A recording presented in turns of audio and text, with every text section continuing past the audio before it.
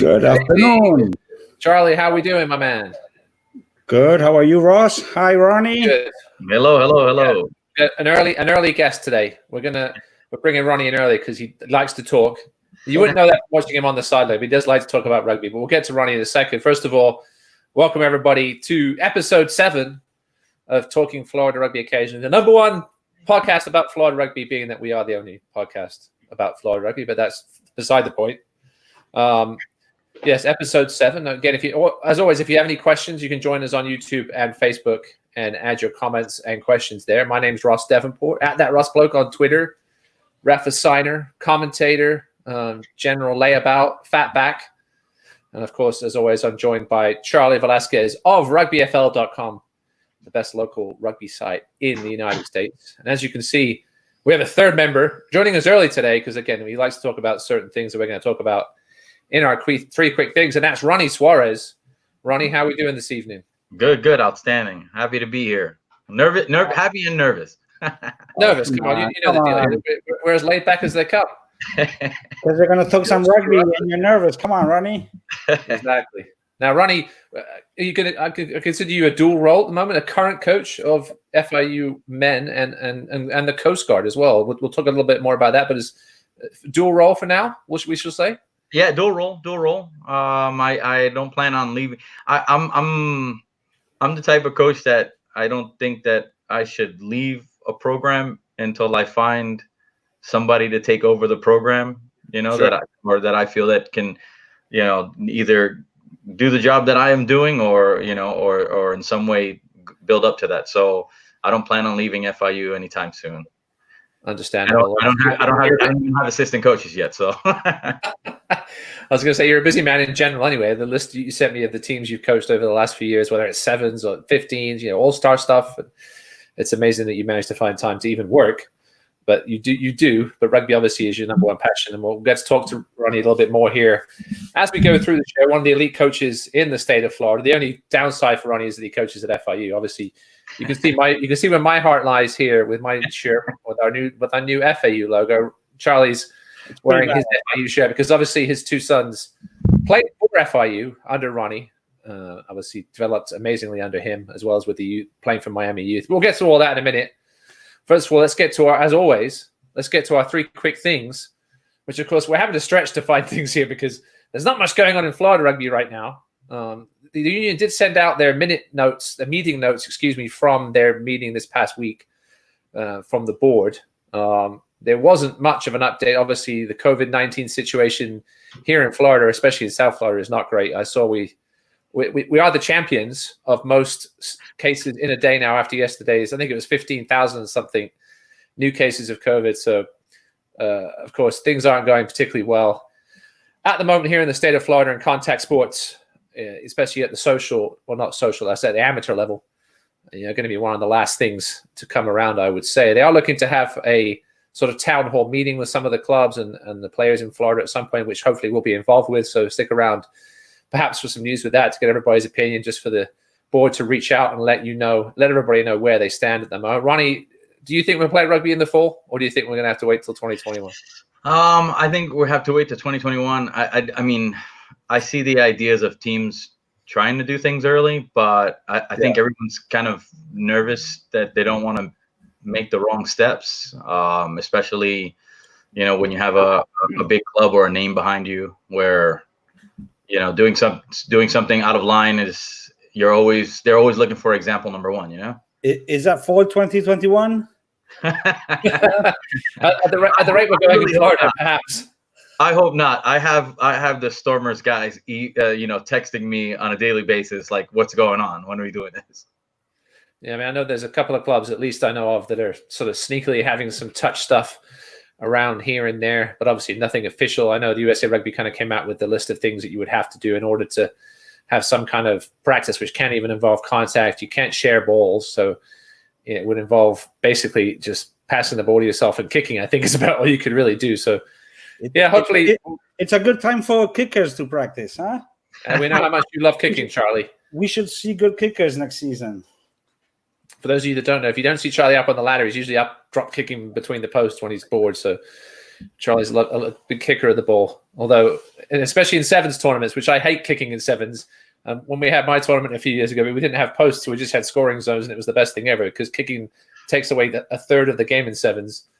And I would love to see World Rugby go to it, but it's never going to happen. And Charlie got all mad at me about not having kicks, obviously because he loves kicking. I remember that clearly.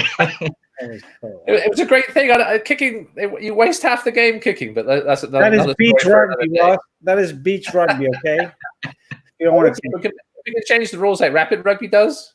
Speaking of rapid rugby, Western Force back in the Super Rugby yesterday or this morning, we should say. But if they can change the rules in rapid rugby, I can change it in my sevens tournament, right? So hopefully we still be able to have certain sevens in October. It's not looking too good right now, but as things change upwards, they can also change downwards, hopefully, if people keep wearing their masks. So stay tuned for any news on Florida COVID rugby, or sorry, I should say COVID-19 Florida rugby situations. Let's go to number 2. We had a sort of surprise announcement. There was some rumblings a couple of months ago about an MLR team in Hawaii, and the sort of rumors kind of went away for a little bit, and then they came back with a force this week.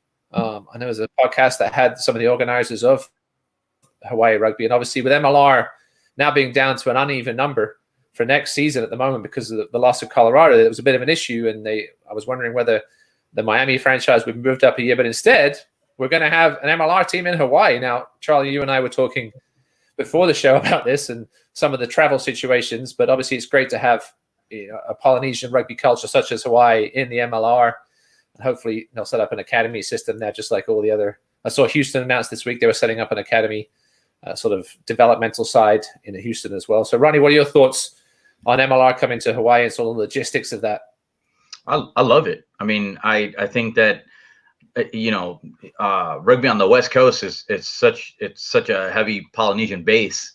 So having something like Hawaii where you can get the pool of players that it's not so much of a far off travel from like Tonga or Fiji, Samoa.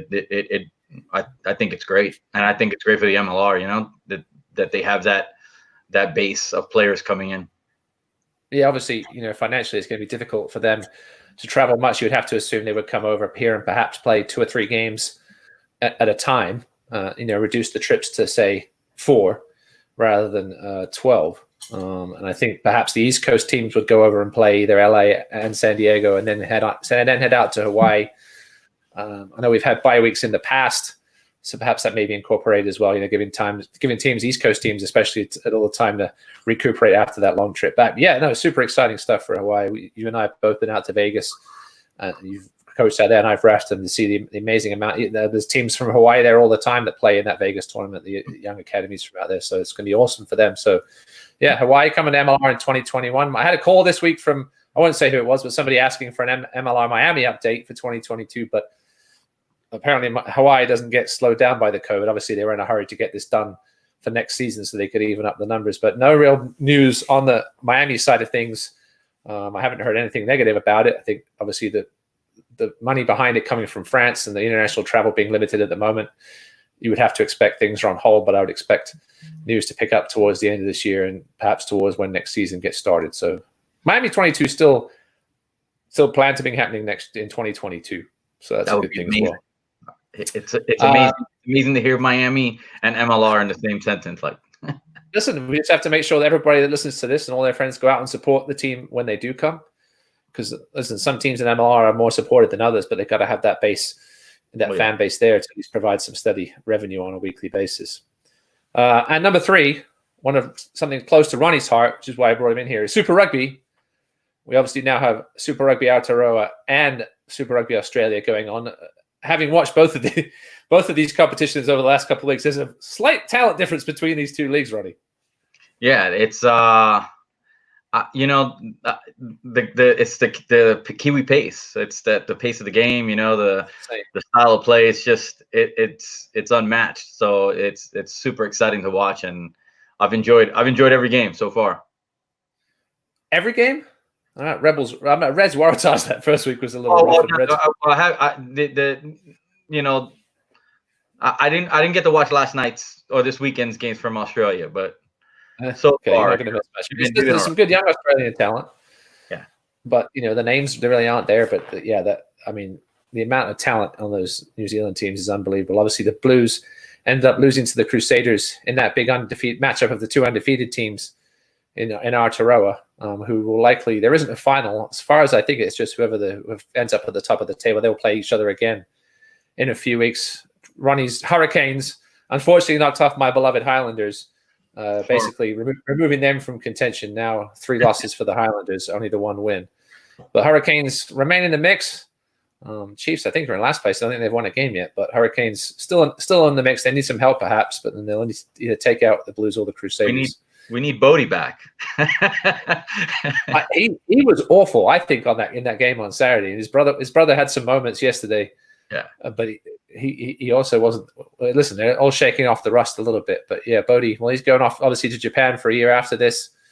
Still be eligible to play for New Zealand. Going for the money, and I certainly don't blame him with the world situation, world financial situation, how it is at the moment. So yeah, Super Rugby. Make sure you check out those games on ESPN Plus.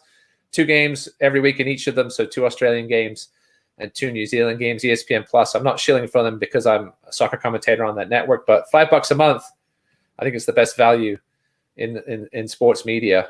You get a ton of soccer and a ton of rugby, which obviously we don't have much else apart from those right now. The basketball eventually will be getting started here in the next week or so, I guess. So there's 3 quick things. We do have a sponsor this evening, a late arriving sponsor, and it is rugby related to a certain extent. Now, any of you out there with businesses, perhaps especially restaurants that are dealing with the COVID-19 situation and are wondering, especially if you have an employee perhaps that came in and worked and then went home and called you and said, "Boss, I had COVID-19. What are you going to do?" You need to just disinfect. The current coach of Fort Miami Women, Mike Toms, former coach, I think former assistant coaches. I don't know if he was ever head coach of the Tribes, but definitely an assistant. He's that short, bald English guy that you see on the sidelines. We all know him as Mad Dog.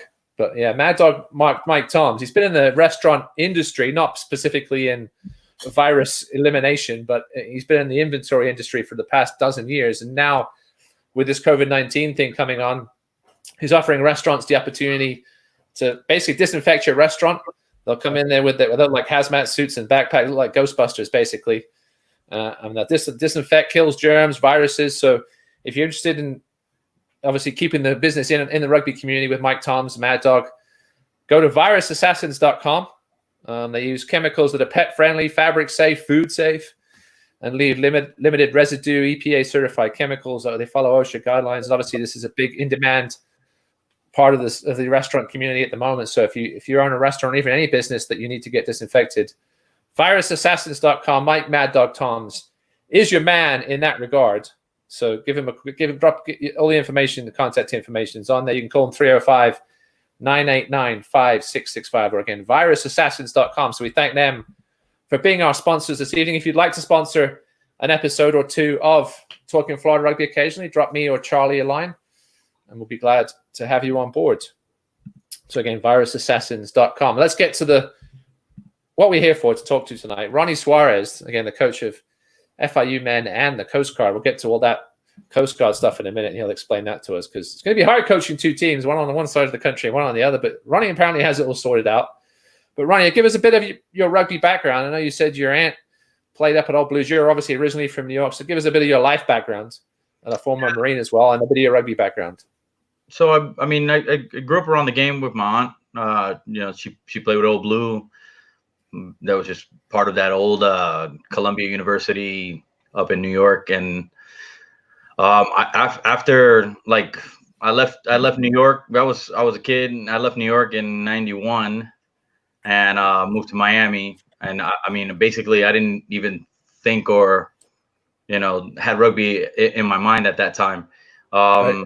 After Hurricane Andrew, I joined the military, joined the Marine Corps, and was on base one day, and I was talking. If I remember correctly, I think I was in one of the enlisted club bars on base and talking, and someone had overheard me talk about my aunt and rugby, and told me there was like a small tournament on base that was like a setup basically, right, before you leave to on ship. for deployment. So they invited me out, and I took part a couple of times. Didn't really, at the time I wasn't really thinking about playing rugby just because we were so busy. I was I was in communications and part of an artillery unit. So artillery unit was constantly traveling out to the desert. So there was very little time that I spent on base to be able to practice. And then in San Diego, it's like that's the one thing I just remember about San Diego is that like you can travel all through San Diego County and find rugby clubs, like, Yes. North County and then, down and at Omback. So I bounced around, played a couple of games, nothing, or played a couple of substitution games for some, yeah, B-sides, and with Omback with like a C-side, so right. At the time it was, if I recall, man, there was something like 45 guys, 50 guys at practice. So, wow. And not being around, it wasn't easy to crack those first sides. And if I remember correctly, I think even the A side at the time at Omback, the captain was, if I remember correctly, was Brian Vizard. So like I was no way I was making that A side, But I had, I ran track through high school, so speed was my thing, and it was easy to get in on the side when they saw that I had some raw speed on me. So I was that after that I moved to Miami, and like I was working at a bar that was right next to where Miami practiced at, and it was just by chance they came in one Thursday night after practice, and I was like, hey, well, I played a little bit of rugby in San Diego, and they invited me out, and I've been on that trek since. The rest is history, as they say. Now, I remember you sent me a picture. We were talking about some of your history. You sent me a picture of the coaching class. So obviously, everybody when they get into coaching has to get certified. You start at level 1, and you sent me a picture of the coaching class that you were involved in, and just talk a bit about that and how you guys sort of came together as a group, and some of the names that were involved in that are still around in Florida rugby. Yeah, there's a lot of guys that are still around in Florida rugby, but it was interesting. I before that coaching class, I was coaching soccer with AYSO in Weston, and I had been there 5 years, and then a friend of mine told me, like, hey man, you're a good coach, but you should probably be coaching the game that you play more than the game that you watch. Right.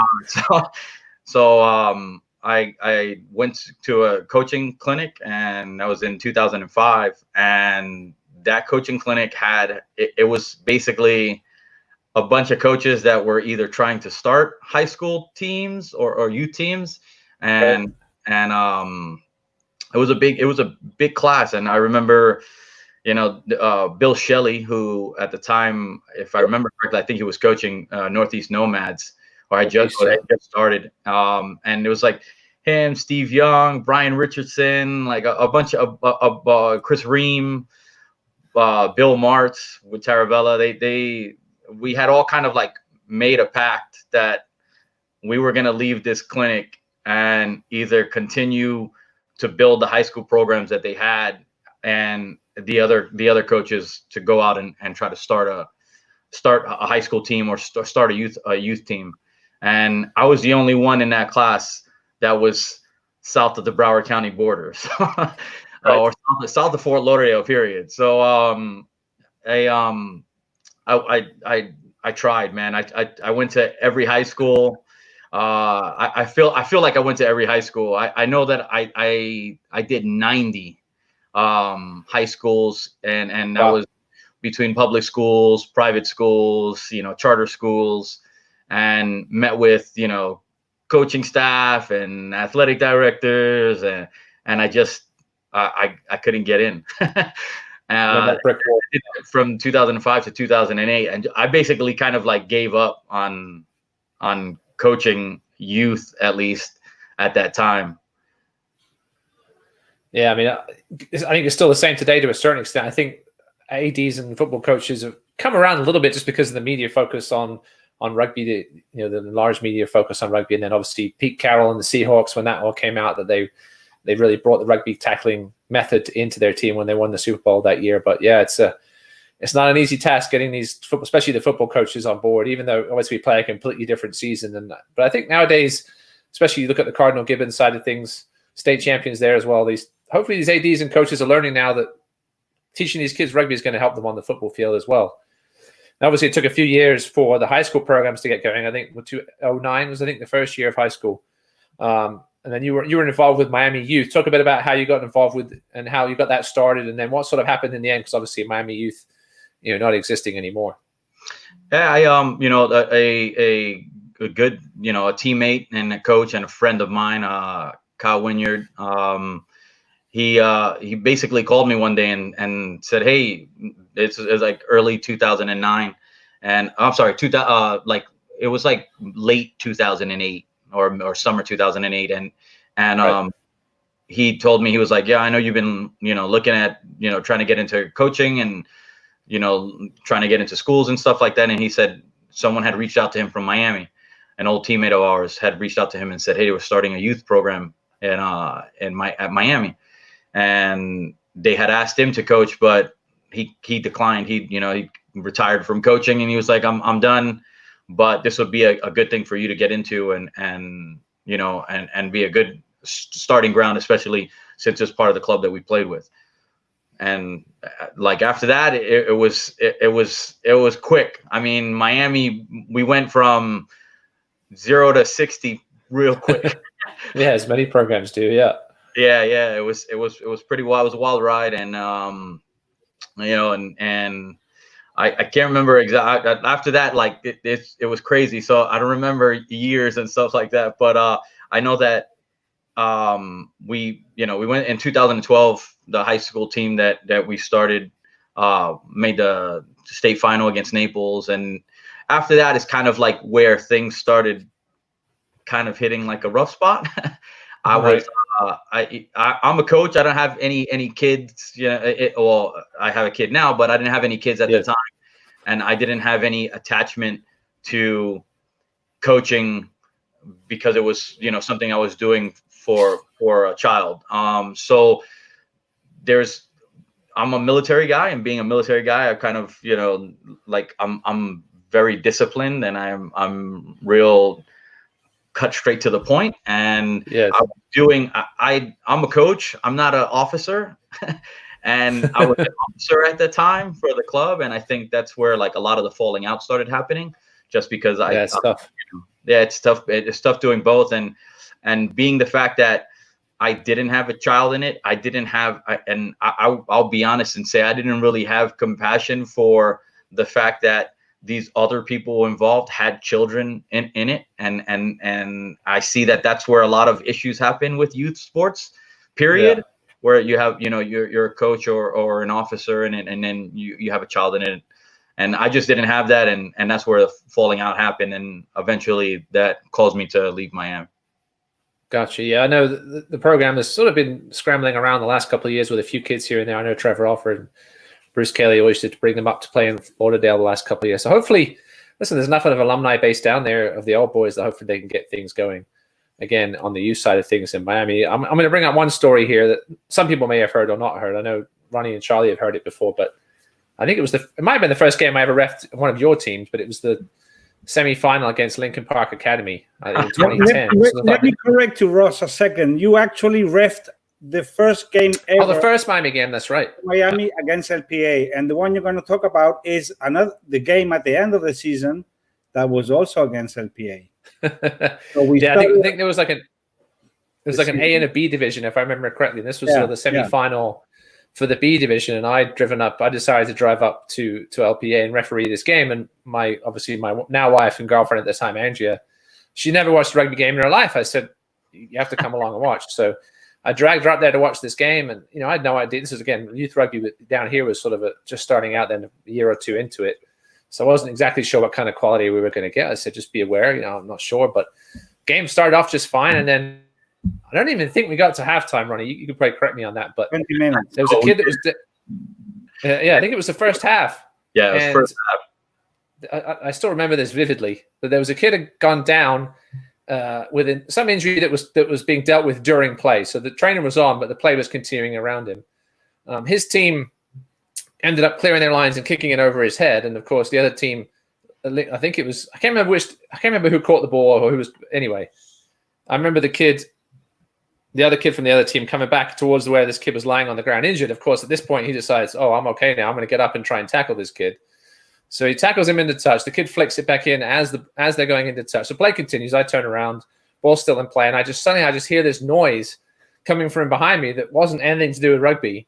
I had no idea what was going on. I turn around. There's a full-scale brawl on the sideline with kids, parents, brothers, sisters, and this was Andrea's first rugby game. She was sitting right next to it and was just like, "What is going on?" I said, "This doesn't happen. This has never happened before. I promise you."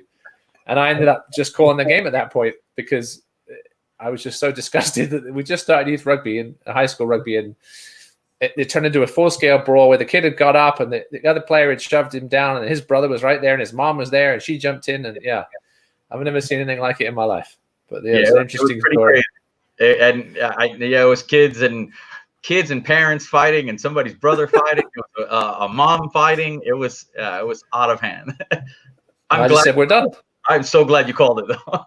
It was a semi-final. I said we're done. I've never called a game like that before in my life, but it happened, and it hasn't happened again. So that's a good thing. Anyway, a funny story there. So you said you stopped coaching at Miami, and then you went and coached a sort of a bunch of different all-star team representative sides. Sort of people come to you for that. Were you reaching out for those jobs? And then talk about how you ended up at FIU. I've never really gone and tried to get a job coaching or position coaching. A lot of it has always been somebody referring. It's a referral from this coach or a referral from this player. And at that time, Florida HPP, we had started I was secretary for the union for the FYRU. Which was, at the time was the Florida Youth Rugby Union. And we had started a HPP program and with Frank Tito from who you know well. Yes. So we started this HPP program and just focusing on building a youth high performance program. And then after that, it was like we had a lot of relationships with other teams and other coaches that came down and played us, or we played them, and we kind of took off from there. And every time it was some coach say, "Hey, I was referred to you by this coach, and we're looking to do this, or would you like to coach this?" And I pretty much, I'm a coach, man. I love coaching, so I very rarely say no. Yes, I'm seeing this list. I understand. My wife hates it, but I'm okay, man. I love coaching. So you just have to say, "Coach me." Ronnie will coach you. Hey, Ross, let's bring in a little surprise for Ronnie right now. Oh, okay? Yeah, go ahead, Charlie. Roll the tape. Something for you, Ronnie. Let's look. Oh, wait. Something is not correct. This is like take 15 of this video, and this will be the last one. So whatever comes out, it is what it is. Ronnie, it's been years without seeing you, man. I miss you. Hope you're good. I didn't know what to send to Charlie, so I just said I decided to. I never took the time to really say how much of an impact you had on my life, and that I remember when you used to pick me up from school to go to these 7 tournaments in Orlando. And I was wondering, man, the day that the bill comes for the hotel, for the gas for picking me up, and all the expenses that you pay for me, it's gonna be an expensive day. And so far it hasn't come. So I hope it never comes at this point. But anyway, I just send you a tight hug. I love you, my man. And I'm so happy to see that all the effort that you put forth is giving you fruits. Big hug, my man. I've been playing under Ronnie for a long time, and I think he's the best coach in Florida without a doubt. His commitment to the team, his players, and the game is unmatched. He'll be an hour early to practice to do a one-on-one session with a rookie, and he'll leave an hour late just talking shit with the boys about some random D3 French league game from the weekend. Ronnie doesn't just teach you how to play rugby, but become a rugby player to the core, you know, in all its worth. Under Ronnie, you know, we always strove to not just win, but just play beautiful rugby, you know. And, you know, that's the biggest thing Ronnie taught me how to do, you know, is really just enjoy playing rugby. So, you know, I've been very lucky to play under Ronnie for as long as I have. So, cheers to Ronnie. This has to be 30 to 60 seconds. I'll be quick. First, I want to recognize Ronnie and the things that I remember him for. I haven't spoken English in a while. It's always so much dedication and love for the game, and that he was able to engage his players at 100%. Like, we were so committed because he was behind it, and so when the team is into it, we were a really good group, and that's why we got really good results. Even though physically we were okay, but we weren't just like we didn't have anything extra. We didn't had surplus of anything. It was more of the dedication that we had to it. And the story is we were, I think, in the semifinals. It was third or fourth place, and it was raining. It was raining so much. It was Camilo, Mateo was on the team. I think it was Frenchie as well. I don't know if Frenchie had left for some reason.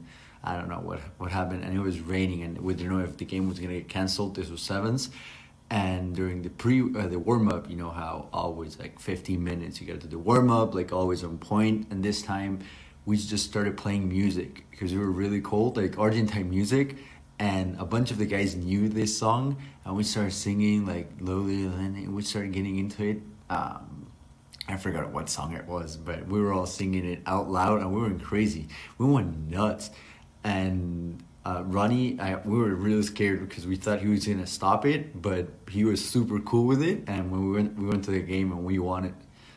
So that moment, like the euphoria of the singing, just like and as a group, it was amazing. Well, thank you for everything, Charlie and Ronnie. Un abrazo. Wow. There's some nice words from your former players there, Ronnie. Obviously, you've made a big impact on them. I know you're a big reader of rugby books and watch rugby on TV. Who are some of your rugby idols and mentors and people that you really respect and follow? Wow. First off, for every one of those guys, I'm definitely going to drink a beer to each one of those guys. I love my players. That's one thing that you'll know about me. But as my idols, wow. Pierre Villapro, you know, who was from Toulouse and during '99 coached France. That was assistant coach for France. He's probably my ultimate like idol. I've translated anything that I could find of his into English. And I think he's just somebody that, like, when it comes to the style of coaching that I like and the way that I coach, I just follow him. I would say Wayne Smith as well. Ben Herring from Otago. Yeah, those are right. There's been a lot, but I would say out of like known idols, those idols are probably my top. And awesome, yeah. I mean, what have you taken from them? What keys have you taken from them and taken into your game, in perhaps tactically or just culturally? So I've taken a lot from both, but I would say, you know, a lot of it is skill-based stuff and just not. I don't like coaching through drills. I like coaching with situations that you're going to see on the field. So right. A lot of those, outside of that, I'll just focus on like micro skills, and that's kind of like what I take a lot from like Wayne Smith, where he's a coach that likes to work on you know, breaking skills down into further pieces, and that's what I try to do as much as possible if we're gonna do skill work. And then, you know, from guys like Pierre Villapro, and you know, he's all about situational play. So I really don't like working, you know, like say we're gonna just. I would rather work on a line out with the team that's working with the line out, but I would rather just start play from, all right, we got a bad line out ball, so like let's see what happens now. So and that's you know, it's breaking those situations down, because what's going to make play happen is going to be what happens in the first couple of seconds or the first couple of passes from that. So I like to work on those tiny pieces. So instead of working on the big piece, let's just work on this little small piece, because the outside stuff and the stuff that happens after, you know, that's just open play, and we'll go with game flow at that point. Yeah, it's funny how specific these coaches are these days. Open play, you know, you don't see as much of it as you used to. And a lot of the focus now, you know, being on the set pieces. But when you do see that open play, we saw some of it, especially in that Crusaders Blues game. It's just amazing to watch. But I don't, you don't see it as much these days anymore. I was at, just another story, at 99 at both those semifinals. Obviously, England weren't involved in either of them, but just seeing that French team knock off the All Blacks that day, and what was, you know, it was a momentous upset. Was one of those days I'll never forget. Listen, as much as, you know, the English are supposedly going to hate the French, I've always loved the way they play, with sort of reckless abandon, but with a little bit of structure as well. And that, talk about you said the guys had mentioned, you know, like that's one thing that I've, you know, that I try to coach. I don't want to give you too much. Like I'm not like a, you know, too crazy into the tactics and trying to, you know, change, you know, or having like a set style of play. Like the style of play of whichever team I'm coaching is going to be dependent on, you know, the people that we have and what they can do. And I, you know, like the one thing that's a big thing. And I'm sure you remember from, you know, when I was coaching high school teams, I love the flair, man. I'm gonna let you go. You want to kick 30 times in a row? I'll let you kick 30 times in a row. But you got to recover every one of those balls, you know. Right. As long as you chase. I you know, I like the game. The game is fun. This is the funnest game in the world. So, you know, I want the players to enjoy themselves and try to have as much fun as possible and do what they can. So I'll never have restrictions on that and try to like make anything too structured. Awesome. Yeah, that's the way to do it. Now, before Charlie wants to jump in with a question, but I want to ask you about a leadership team. You seem to, as one of your sort of coaching styles, is to have a leadership team amongst the players, which I know not every team has. You know, obviously you have a captain, but not always a specific team. So talk a bit about that as part of your coaching culture. Yeah, you know, I'm a huge proponent of culture as a whole. And I think that if you want your team to have a really good culture, you have to have a leadership group that kind of takes the lead of that. You know, yep. I could have the I could be the, you know, I could have the best culture in the world as a person, and you know, it may not be defined by the guys that have on the field. Those guys have to, you know, kind of create the culture of their own. So usually what we'll do is the teams will make them create a leadership group, and it'll be voted. So we'll do something like the forwards vote on forward leader, the backs vote on a back leader, the captain votes on a captain to lead, and then myself as a coach they'll pick a person, and then the team picks a person as another. So you'll have 5 people, and those 5 people will be the leadership group. And from there, you know, they run the ship. You know, they you know, they're the guys who are you know, when it comes to discipline, they're the guys who are saying, okay, well, this guy needs to be suspended, or if this guy's not showing up to practice, he doesn't play. You know, I'm not. The thing with coaching is that the way I coach, if I want the teams to be good, then the teams have to respect their teammates. And if you have a, you know, someone leading, group of people that are leading, then, you know, the decisions and the situations that happen from anything that we do as a team is going to be ran by the leader. For sure. I always remember having a chat with think it was Jason from UCF, Jason Ross from UCF, about how they ended up winning their national championships. And one of the things they said was that they didn't even have a coach. I think the first year they won it, and that they just had an awesome player leadership team. That if you didn't show up to practice, you just dead weight. They would tell you not to come anymore, and they eventually had enough people show up, which is obviously another key, is having those numbers. And in the end, they had the 25 to 30 kids that really wanted to play and play together. And it went all the way to a national championship. Charlie, jump in with a question here. I know you have a couple you want to ask this morning. I have a couple of questions. One quickie, which is a quickie. You have coached pretty much everything, every style. I don't know, rugby league. Maybe you have, and we don't know. We don't say that word here. Sorry. We did. Frank Tito and I took the men's HPP team. We played one half league and one half union. Codes game with Jacksonville. Oh, that was crazy. So, if you had to pick one type, either 7s, 15s, and what category, what would you pick? You can only pick one for the rest of your life. What would you pick?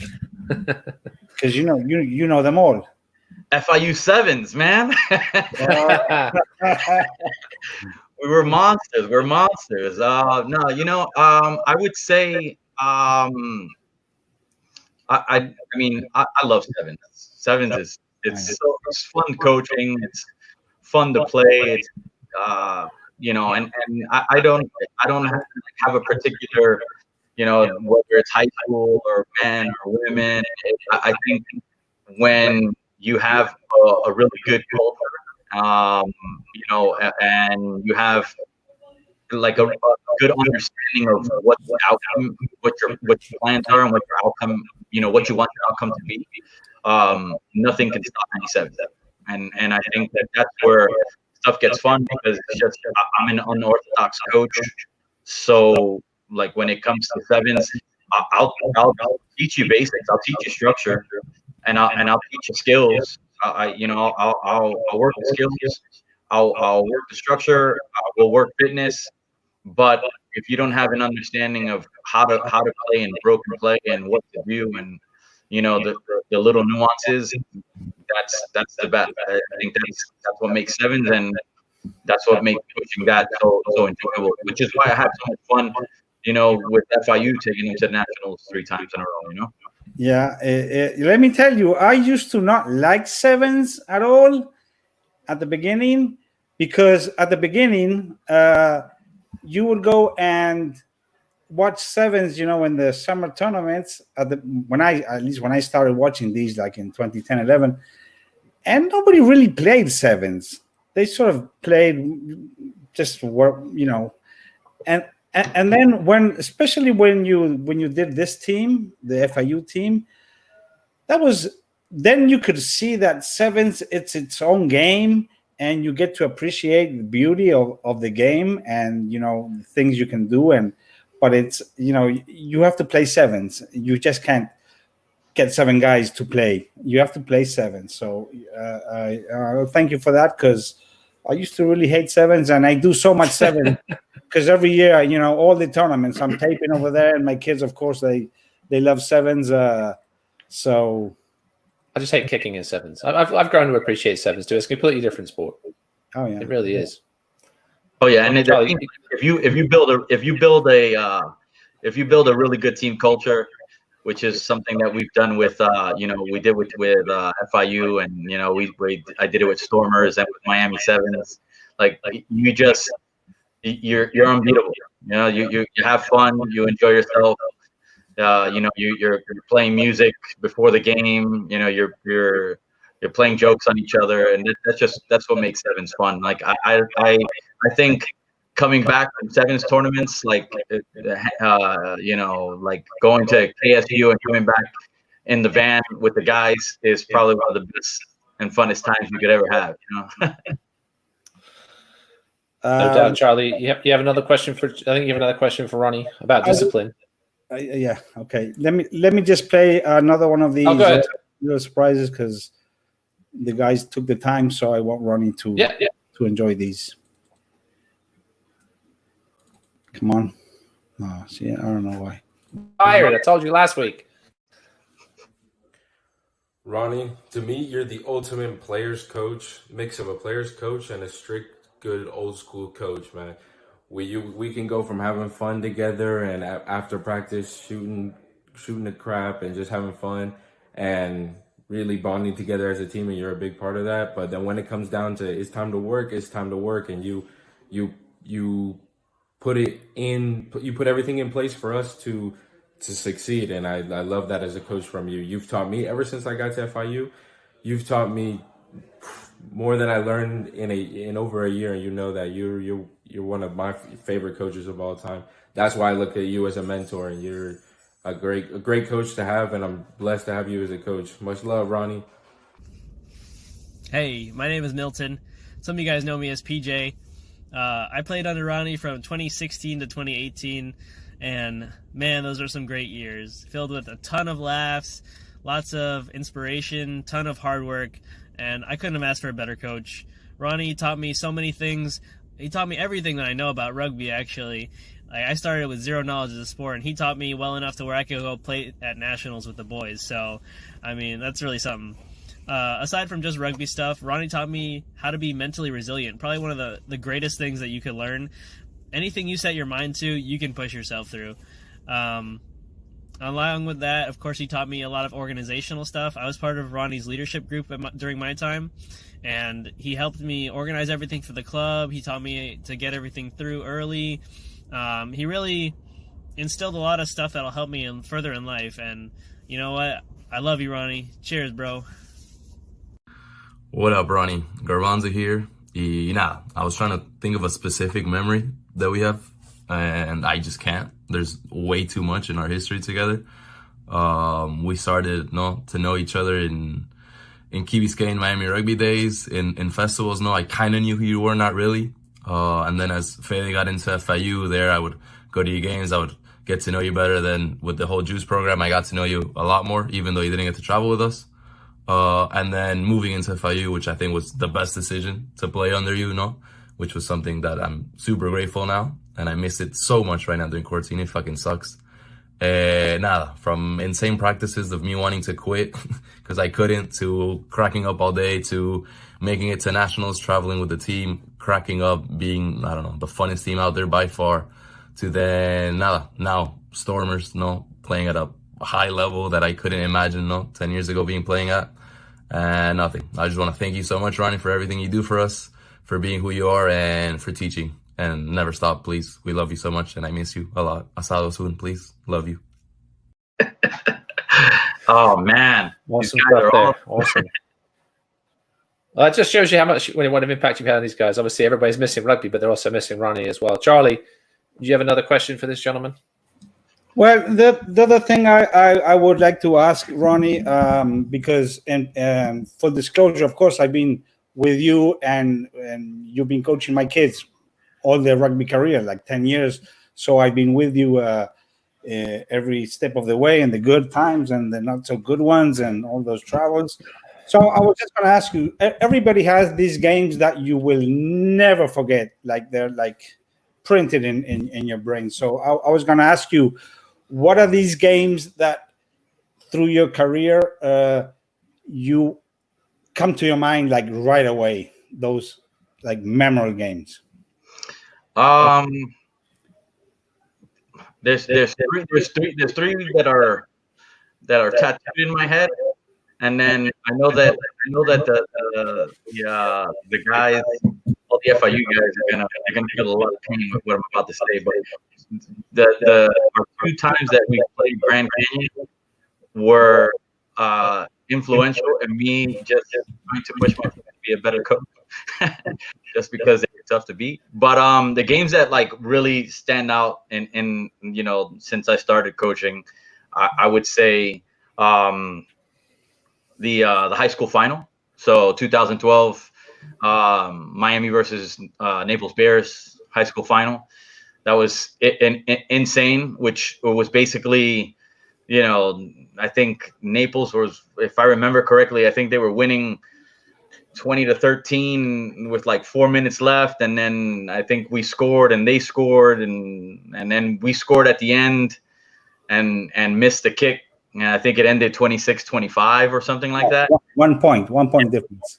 Yeah, it was like in 4 minutes, and I just remember that in those last 4 minutes of play, like our boys played out of this world. They're just incredible, nonstop, and like after one of the tries, I just remember guys just laying all over the ground, just dead, and we still had time left to go for another try. So I think that one really stands out. FIU Sevens versus Charlotte. Let me just say one thing about that team, which is this. I have noticed that you have sort of been lucky in because not everybody gets this, to be able to start a team and be able to build it up year after year in a steady way. Because this group that came to the final, just this was, I think, the third year of the program. Yeah. And I think it was because of course of the talent of these kids and the heart which they played, but they just stuck together and of course well coached, and they were like really good friends. So the group was very nice, and all those things together, you just end up in this position, and again, you can win or lose. It was 1 point. I would say that our kids were happier than the Naples kids, because they couldn't believe it.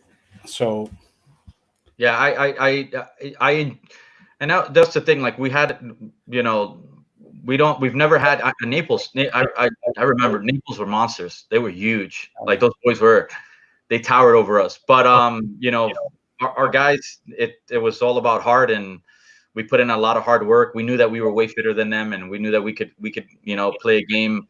I've always told the guys that you need to be able to play for 120 minutes, not just the 80. So we just had that fitness to be able to play for those long games and try to win those. But it was a tough game. It was a tough game to lose. I guess the other game would be the CERC final, 2015 FIU versus MTSU CERC final. Yeah, we were losing. At the end of the game, it was like a minute left in play, or like 2 minutes left in play, and MTSU was they were inside their 22. Like we had them push back, and they were inside their 22, and they went to kick out, and Mateo blocked the kick and ran it in for a try. And yeah, it was epic. Like that was it. It was try, conversion, ref blows the whistle, and it was pandemonium after that. It was crazy. I think in that time frame, I yelled so hard, man. I lost my voice. It was crazy. That was an epic game that'll always be etched in my head. It was basically my first real tenure into 15s at FIU, and we built this great squad that just played really good rugby. Yeah, and that was like in a similar fashion as the high school team. That was a team that came together, good players. We had some big players also. We had like everything. Yeah, I mean, Charlie, that I'll take anybody and make them a rugby player. So if you're willing to play the game, come out. I'll throw you on the field somehow. Yeah. And then I guess the last game that really sticks out, and I think it was like one of the games that I feel was like a game changer for me as a coach with sevens, is FIU versus Charlotte, and the South Regional Finals. So we that year we entered FIU, just a complete college side of college players, and we put them to play in the elite bracket for the men's division, and we ended up making the final, the regional final against Charlotte, and we had lost earlier in the day to Charlotte, and we just knew, like, Charlotte, they had two guys that were in the Eagle sevens pool, and we knew that they were gonna be hard to beat. So and we looked at our mistakes from earlier in the day, and we just took it to them. Like, we were just like, hey, these guys they're human just like you. Yeah, they're bigger. Yeah, they may, some guys may be faster. Some guys may have a little bit more knowledge than us, but we've been working hard on our fitness. We've been working hard on our skills. Let's just go out here and ball. Let's go out here, have fun. I remember, the guys the guys being nervous at one point, and me cracking jokes and just keeping them real lighthearted. And we went out there and we lost the game, but it was a phenomenal game to watch. And the Charlotte guys were, they were in shock after. They were like, man, you guys really, really played well. It was great. And even though we didn't make club nationals, at that time, Hawaii had pulled out. And when Hawaii pulled out, USA Rugby had reached out to us, and they were like, hey, we know that, Hawaii pulled out, and you guys, gave Charlotte a good run. Charlotte had actually suggested they threw our name in there, and we had the opportunity to go to nationals, but it was 1 week. It was like, we got that call on a Monday, and we would have needed to be there on Saturday, and we declined the offer. And it was something that, like, it sticks in my head. It was an opportunity that we could have gone, but I left it up to the guys. The guys made the decision, and we live with our decision. So, but that game was forever. It's like the one game that changed everything for me. I feel. Okay. I agree with you with the 3 games. Same for me. Oh, Ross is muted. I hit the button. I said anytime. I definitely agree with those games as well. And anytime a Florida team can go out of state and make a statement, we all know that once you get past that Florida-Georgia border, things get a little tougher. And obviously you've taken FIU to the brink on both the 7s and the 15s side. It's been awesome. What are some of the? That was the fun part of coaching. What's some of the hardest and most frustrating parts of being a coach, especially in Florida? Wow. Transient players. Being in Florida and especially in Miami, you have a lot of international players that just come in and out. And I think that is something that is inevitable, but it's difficult. And I find it to be something extremely hard. I would also say, like, coaching coaching college rugby in the state of Florida is difficult for any coach, and for any team, any club, just because of the fact that it's so hard to recruit students to play, just based on the fact that so many students have this desire to be college football players. And I've watched lots of players get held back from opportunities to play rugby just on a hope that, hey, you know what, I'm just going to try to make the spring team. Oh, I didn't make it for the spring team. I'm going to try to make the fall team. And it's an endless cycle. And then, senior year, this guy's coming to me saying, hey, can I play rugby? And I was like, man, you just missed out on 4 years, to come in your last 6 months to try to learn a game that, if you had started 4 years ago, it would have been, it would have been a gold mine for you. So I think that's probably the hardest thing. Now, granted, I'll take the player anyways, but I just feel that that's one of those things that we can't. It's a losing battle in the state. So I think that's the roughest. And then I know a lot of coaches will say, trying to transition like football players to. I love it. Like I find that I can take any sport athlete and make them into a rugby player. Like I use it in my coaching. I take stuff from different sports. So I feel like if I have a player that is from a different sport, I can use it as a resource and try to find everything that I know about that game or the game that he plays or she plays, and try to like transition it into what we play. Awesome. Yeah, you mentioned the college football side of things. I know we had Alex Tucci on a few weeks ago, who's now playing at MLR, who played rugby in high school, went off to play football. The allure of football and the scholarships then were a big deal. And he managed to come back and obviously make it to the pro level. And hopefully we'll have Malachi Esdale on, another kid who, played high school rugby here, tried to play high level. Yeah, tried to play, high level college football. Didn't really work out, went back to playing rugby, and now another kid is playing, professional rugby in the United States. So it can be done, but it is hard to. I think it's a little easier now, and that there's a lot more scholarships available. Not so much in Florida, but out of state, which obviously we hate to see kids leave the state. But if it's to play a higher level of rugby, then you can't fault them. But I think hopefully down the road here we'll see some Florida scholarships being available. There's obviously some teams that are doing real well. USF, UCF. Been consistently good programs over the last few years. Other schools have come and gone. Hopefully, as we get, and especially if we get an MLR team, we'll see a bit more money flowing in, perhaps, on the scholarship side of things. Speaking of coaching, now you obviously coached at FIU for a while now, and an opportunity came up to coach the Coast Guard. Obviously, we know about Army and Navy rugby and the powerhouses that they are. Not many people might know about the Coast Guard, so tell us a bit about how this opportunity came about and how it's going to work with you being here and Coast Guard not being here, and obviously your FIU commitment for now. I see your shirt, by the way. Yeah.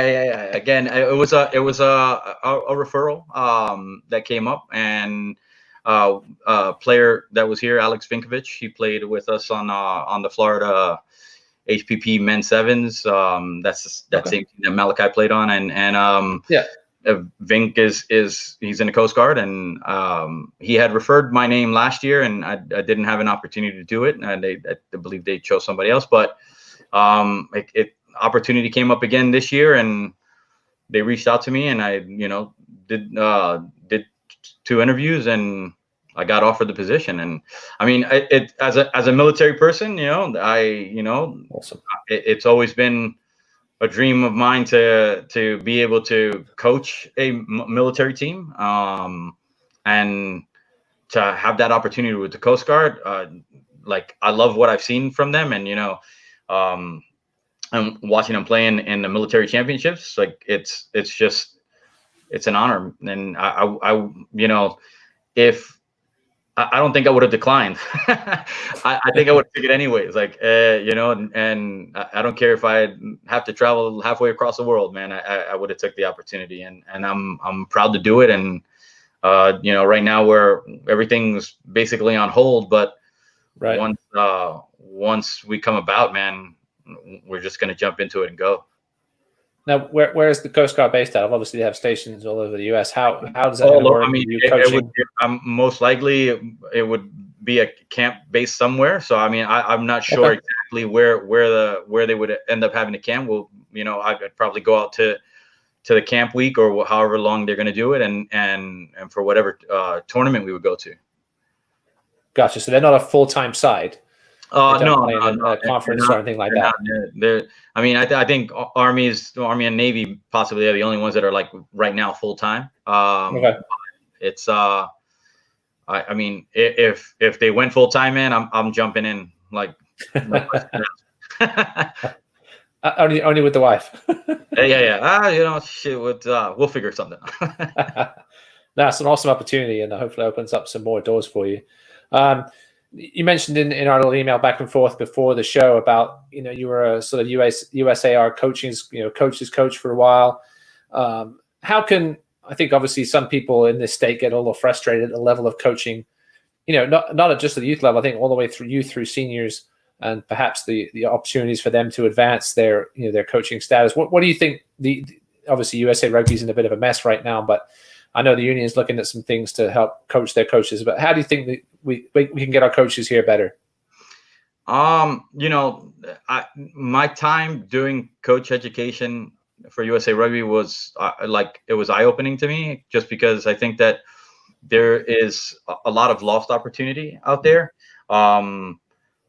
USA and I think that's where kind of the state, where the state has to kind of come into play, where USA, you go out, you do a course, you're certified, and that's it. It's shake your hand and good luck, Right. And to me, I think that's where as a state, we need to be better about that. We need to have, some program in place, where there's a mentorship program, where the higher tiered coaches and the higher level coaches are mentoring younger coaches, or any coach that wants to do it. And I think that, with the way technology, with the current situation that we're in with the COVID-19, technology has proven that you can do anything that you want, through virtually. And I think that right now we have to take that opportunity of doing that and looking at how to do that in Florida. So like, it's whatever, say I'm coach as a mentor. I've been mentors to many coaches, and as a mentor, say I'm a mentor of a coach in Jacksonville, and or that coach chose me to mentor him, or such. I don't need to have to be with him in Jacksonville to be able to coach him. We can do stuff virtually. We can work on improvements. Work through surveys and video. And I think that's what we're lacking right now. I think that's where there's no follow up, and I think that's the problem, because I've watched a lot of really, really, really good coaches get certified, come in, coach for a short time, lose confidence or not have support, and then disappear from the game, or not from the game, but they disappear from coaching. And you see the same thing on the referee side, which is, as a referee is always is a problem. But as a coach, like, I hate seeing coaches come in, get discouraged or not get support and then get pushed out. And I think that's where what needs to change, and even recently, I'm working with the rugby site, the website, the rugby site, with Phil Connolly and another person, Sean Tagg, and where they're working on a coaching like a mentorship program that they're going to be introducing shortly, soon, hopefully, and put there. I know that they wanted to push it to the United States, and like stuff like that, I think is. As a coach for myself, I try to get as much coaching knowledge from other coaches, from other sports. I mean, I've gone and took certification classes for different sports just to get the coaching, just to get the coaching background and the coaching knowledge on it. And I think that not a lot of coaches are willing to step out of that, out of their comfort zone and do that. Yeah. Where I am, and I think that where it's an opportunity that I think the state needs to take it on and say, hey, we need to push and start developing coaches the right way. Yeah, I mean, video has been a huge part for referees, not just obviously Charlie taping games, a lot of teams taping games now, and referees being able to say, can you send me a copy of that game, and then they can send that to one of their referee coaches, and they can watch it together now, especially on things like Zoom. And we've been having, developmental meetings every other week, with our smaller groups of referees. Which, listen, Zoom has been around. I just think this pandemic has given us the opportunity to see how far we can take this technology, and it's been really great for the refs. So I hope the coaches can really take it on as well. And it's easy. I mean, even it's like coaches. If a coach had a GoPro, and I could help a coach with their coaching if we had GoPro video just by listening to the audio, or just by looking at where he was standing and certain things that they were saying.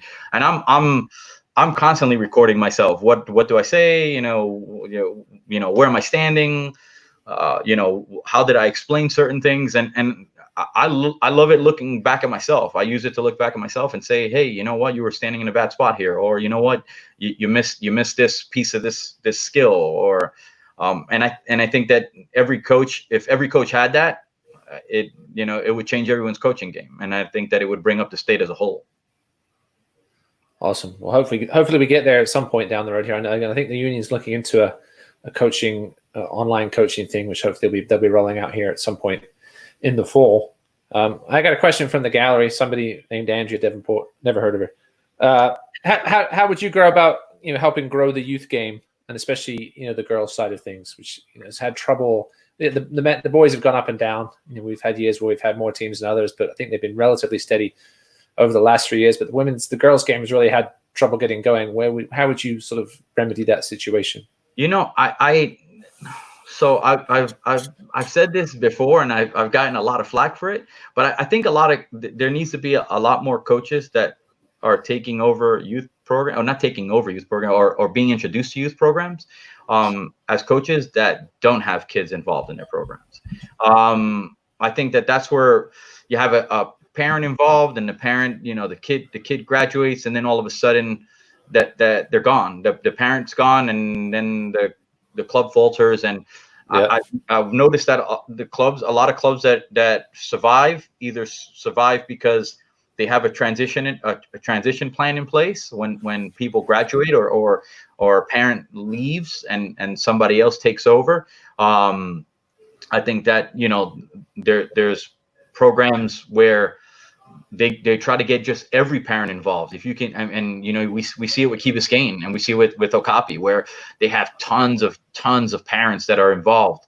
And when you have tons of parents involved, man, it helps your program. But when you have one parent, you know, or a couple of parents that have kids in there, and those kids are going to graduate, that program, you could already feel that program is going to die. And I think for growing youth, we need to be a little bit more inclusive. I know that, you know, as a parent, and even myself as a parent, I think of my daughter, and if she was going out and playing a game, yeah, I would like to kind of like really know, you know, about the coaches and kind of, you know, who's like just, you know, on the safety aspect. But right. I think that if the club backs somebody, and the club really, you know, is doing something to push a coach to you know, to become part of a program or to develop in the program, I think that helps, and it helps people stick around for a long time. Wouldn't that be more or related to the issue that most clubs are really like teams, and you can even sometimes see in the same club that each individual team, like, they have their own thing, and you know, and we have this example that we've been talking a couple of episodes again, that you know, like with Okapi, that their approach is more like this is a club, and everybody belongs to the club, which is hard to do, of course. It's hard to do. It is hard to do. And I mean, I you know, nothing against Okapi, but you know, they had the run of taking a bunch of clubs that were, you know, basically, you know, dismantled, or you know, or you know, no longer teams, and they took a lot of those players and were able to bring players and parents in to create this one massive club. Where Key Biscayne is a little bit different. Key Biscayne is mostly Key Biscayne and like some of that surrounding area around there, and you know, they're both clubs, but they're extremely inclusive, and they take the people in, which I think that's where it comes down to it. And I've seen it from Boca when Carrie Dowling was there, you know, with the Boca youth. They were very inclusive. Like there was a lot of, you know, there was girls at the time. You know, I was coaching a couple of high school girls at the time that didn't have a place to go, and you know, Carrie was very open and say, hey, you know what, just show up to the game. You know, the girls will practice with you with Miami, and then, you know, come Saturday when we have a tournament or you know, a festival, the girls are more than welcome to come up and play with us. And I think that inclusiveness, it helps grow clubs, and those are why those clubs are sticking around and doing well as a youth program. You know, you have to. If not, you'll never expand as a club. Yeah, okay. As Trevor, I think, mentioned in one of the comments there, you've got to build it from the ground up. And I think the biggest way to do that is get the old boys and old girls out there coaching, whether it's, you know, the more coaches you have, the less time they each individually have to chip in. And as long as you've got somebody sort of running the show at the top, which I think a lot of these better youth programs do, is have that one, you know, real leader at the top, and then they let it filter down through the coaches and the parents and the old boys and through the kids. But there's certainly some teams doing it very well out there. There's no doubt about it. My final question, Charlie, you may have something for that. I know Ronnie's probably got to go watch some rugby or read about rugby or something tonight before he goes to bed. I stopped earlier. I'm a big racing fan, so I was okay. recorded the Formula One race today and got halfway through it. So when I'm done here, I'm going back to watching. Hopefully, watch my boy pull off a win. Ross, let me play just one or more of these little. Yeah, go ahead, John. Before we get to the last one.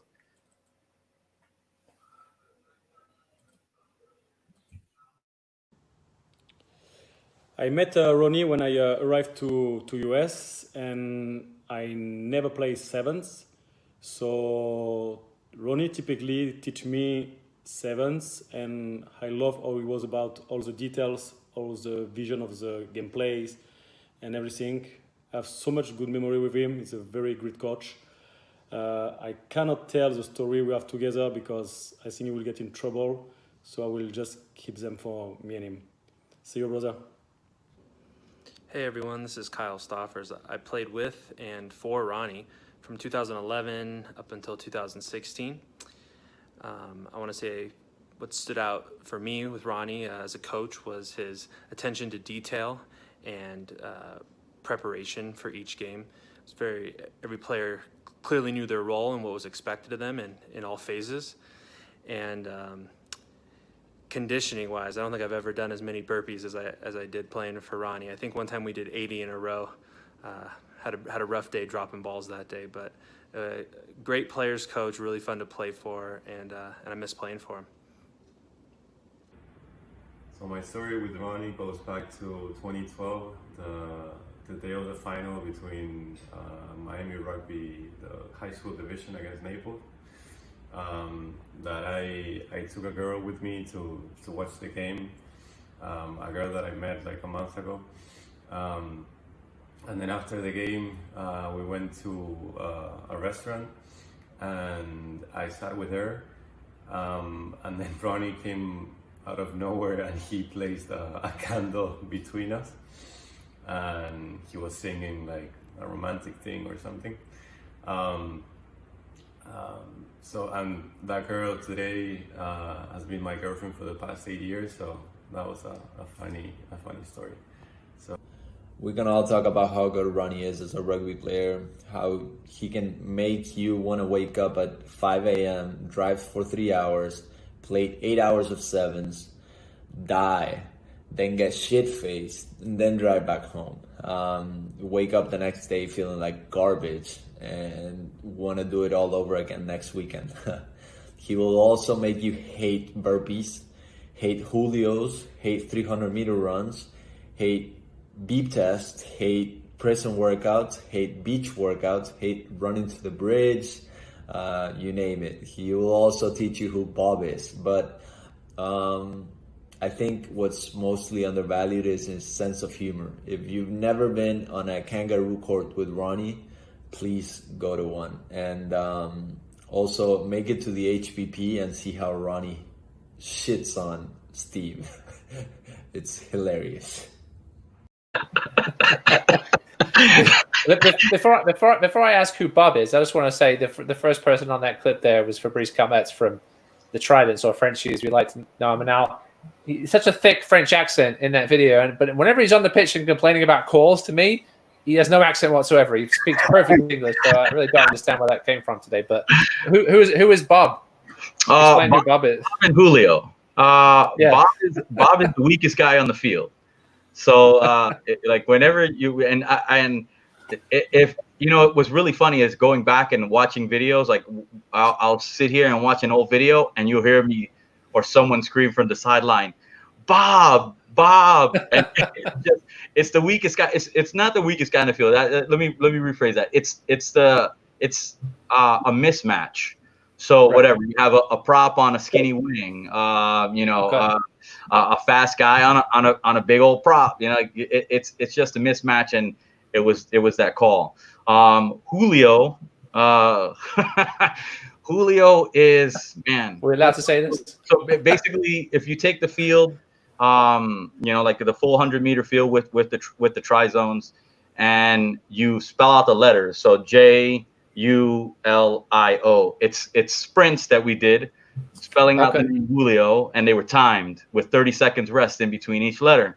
So you had to get like say on the J, say it's 45 seconds to get from the far corner try zone, dead ball zone line, getting all the way to the half on the other side, going on the outside, and getting there in 45 seconds. If you don't, then everyone does the 45 seconds again. So the J again. So it was just the guys. They know that if like we're at practice and something, I'm a disciplinarian, but like I try to have as much fun as possible. When things get really ugly, I'll usually say, all right, we're going to end with a Julio, and instantly there's no drop balls. There's, everyone's doing smart stuff, no crazy offloads. I was gonna say, no, none of these kids are going to name their kid Julio then. No. About that. I think Trevor was complaining in the comments about getting the secret about Bob out, but honestly, if there's a mismatch, there's a mismatch, whatever you call it. It's there. There's nothing you're going to do about it. When Ronnie calls Bob, you perhaps know that you're in trouble somewhere, and it's funny. There's nothing you can really do about it. There's some coaches that know the call or have been told the call by players that I've coached on their sides, and like all of a sudden you'll see that they'll make the change. Like you see the mismatch, we'll say Bob's on the field, and then all of a sudden it makes Bob. It's no longer a Bob situation for us. That's awesome. My final question: what are your ultimate rugby career goals? Whether it be coaching, or obviously you're not playing anymore, but maybe administratively, or where do you see yourself down the road here? Obviously, Coast Guard is a great opportunity. But do you see yourself outside the country, or just here in the US, MLR? Where do you see yourself in perhaps 10 years? I definitely see myself taking something outside the country. Just because of the relationships that I've been building, especially doing some of the coach education stuff that I've right. But I mean, I would love to get into that pool of USA Sevens coaches, man. That's like the thing is that it's hard to get in there. Right. You got to know the right people. And you got to make a little bit of a different sacrifice than some coaches are willing to make. I'm willing to make it. The thing is that I just haven't had that opportunity. I think as a coach, you have to get your name out there. You have to do something with the team and take a team so like a really good example is like Jason Granish, right? From UCF. Kiwi had a great run as a coach at UCF, and he's a well-respected coach. And I love the dude, and he's been able to look at that and it's an opportunity for myself where I say, well, if you can make that national run, when I did it with sevens, but unless you're winning, or making that final, your name's not really going to get out there. And I think that's where you got to get out there. You got to make a name for yourself. And if I do, then I'd love to get into that USA Sevens coaching pool, man. That's the ultimate, man. I mean, do you see being down here where you are at the moment as being a disadvantage when it comes to that? Is taking, you're not in Colorado, you're not in San Diego. Is that something you thought about potentially moving at any point? Obviously, what wouldn't do it without the gig, but I'm so sure if somebody came to you and said, "Would you be willing to do it?" That's something you'd be willing to do, I'm sure.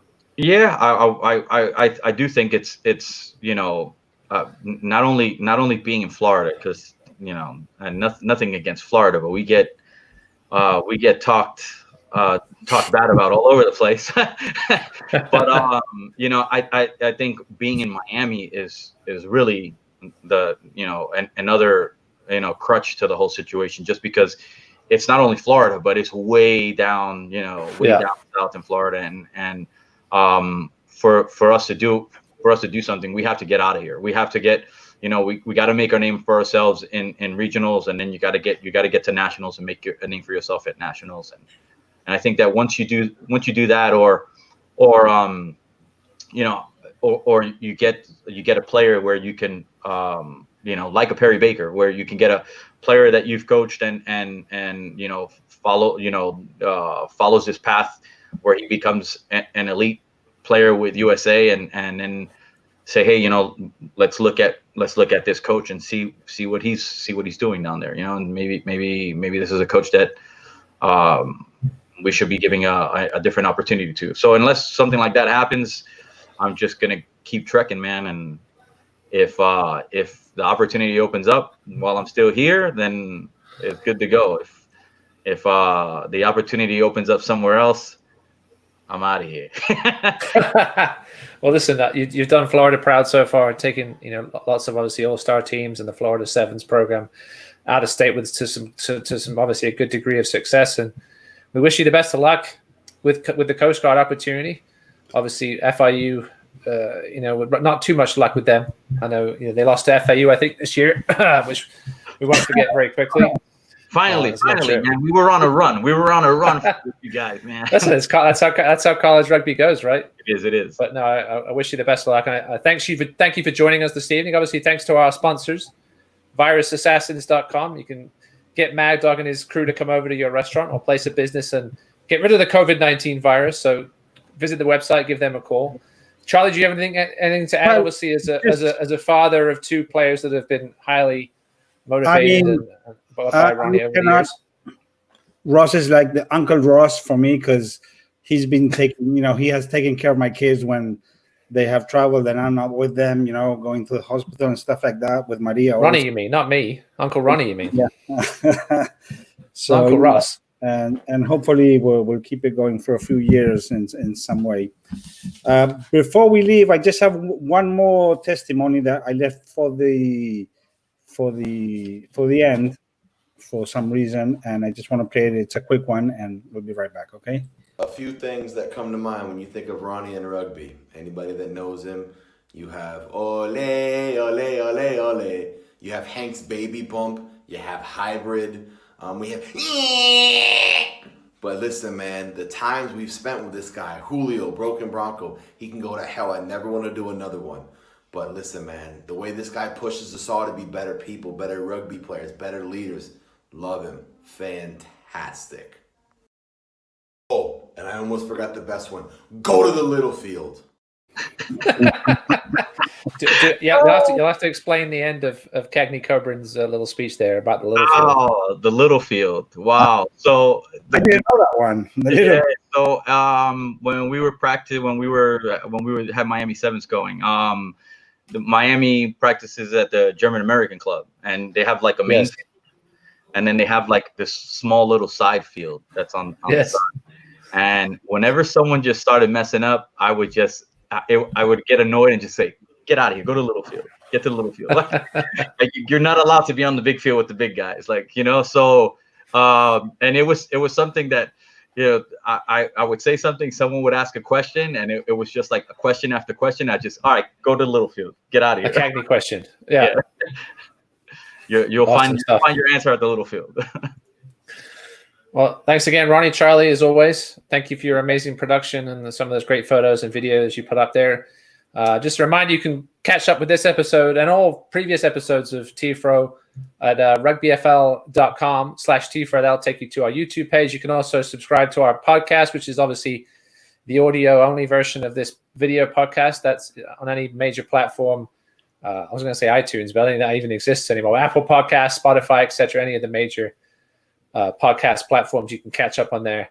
And again, once again, thanks to our sponsors, virusassassin.com and Ronnie Suarez, our special guest this evening. We'll be back here with you next week, next Sunday, maybe a little earlier, because I got this work thing that seems to have come back around that I have to go to in the evenings, 5 days a week apparently. But we'll figure it out and we'll let you know.